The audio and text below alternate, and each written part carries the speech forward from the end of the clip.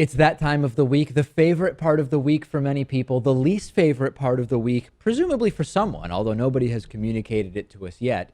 Time to answer audience questions. First question relates to something Lewis said recently during a discussion of smoking rates in the United States. The question is, hey, can Lewis elaborate on how someone who smokes has a, quote, completely different take on life and the world than him? Plenty of liberals smoke, so I'm curious as to how a decision to smoke is some massive world-changing issue for Lewis. I also want to know Lewis's thoughts on 300 to 400-pound people who eat unhealthily with complete disregard for their own health. I mean, listen, I assume Lewis thinks that that's a bad practice to eat unhealthily when you weigh 400 pounds. Let's focus on the first part, which I think is the more interesting one. Lewis, you did say that it would be tough for you to date someone who smokes at this time in your life because you believe that if someone smoked in other ways, they would also have a, quote, completely different take on life and the world than you. So what do you mean by that? Explain. Okay, I think that's pretty clear. Someone who is choosing to smoke, everyone knows what the dangers of smoking are. Okay. So someone who chooses to smoke, I can't think of another word to describe it other than masochism. I mean, is it not masochism? Well, I mean, consider that we now understand alcoholism and drug addiction to be diseases, right? And we need to think of them as such. So if someone is an alcoholic, they are not a bad person. They have a disease, and we need to try to treat that disease. With how addictive we know cigarettes to be, is it possible that we need to revise that, Lewis, and adjust our view, your view of cigarette smokers, and say, listen, this is someone who, it's not necessarily a different worldview. They have a disease, which is smoking addiction, and we should treat that disease. Well, it starts with someone who first picks up that cigarette. I know it can happen at a young age, and Sure. I guess when you are at a certain age, it can be hard to, you don't think about things the same way you do when you're older. So at a certain point, though, you understand the dangers, and everyone also knows that there are nicotine alternatives. But someone who still chooses to smoke and chooses to do it, I guess, regularly, I think is someone who has no concern for their own well-being. Isn't there a lack Now- of empathy there, though, in terms of someone could recognize all of those things and still be unable to quit? And we know it takes on average 7 attempts to be able to successfully quit smoking cigarettes.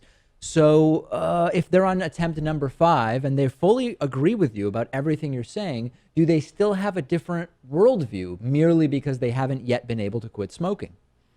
I think it puts you in a different category. Now, I'm not saying you're a bad person. I'm Okay, just that's saying nice. I think that it's a different category that you are in. And I know there are exceptions, Dave. I've met people who exercise like mad and eat incredibly well and smoke. There are people all over the spectrum, I guess. But I still think that if you are a smoker, Okay.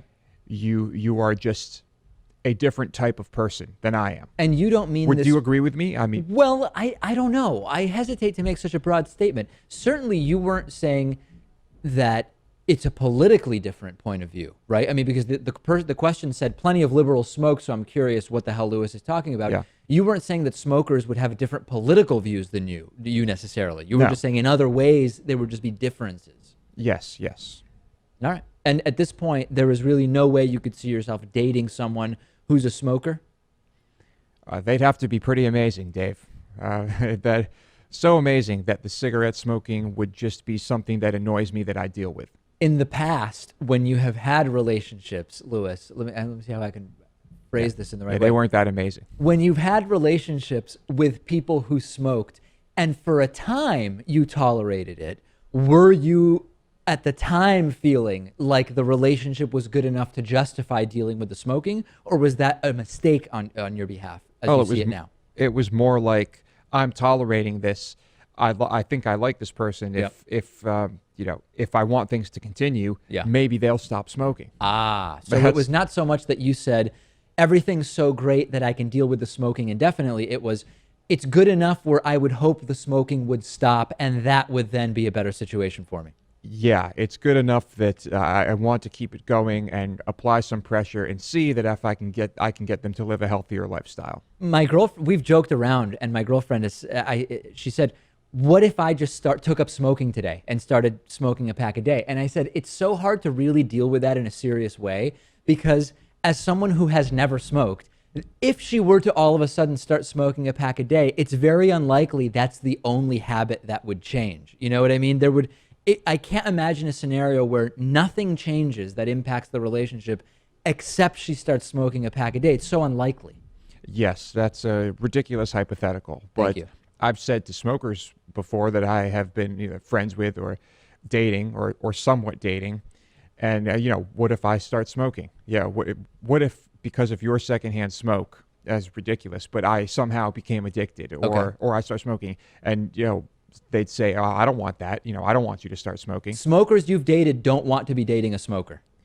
I think they would prefer not to in most cases. Yeah. Fascinating. I mean, unless you are one of those people who just kind of seeks out enablers, attaches yourself to enablers, that those people exist. But yeah, I do think that most smokers, Dave, don't really want to be doing it, but at the same time don't care enough to try hard enough to put it behind them. All right. Lewis's opinions are those of Lewis alone. They are not necessarily representative of my views or the views of this program or the broadcast stations on which you may be watching this show. We need those disclaimers now, I think, Lewis, to be I don't clear. think so. All right.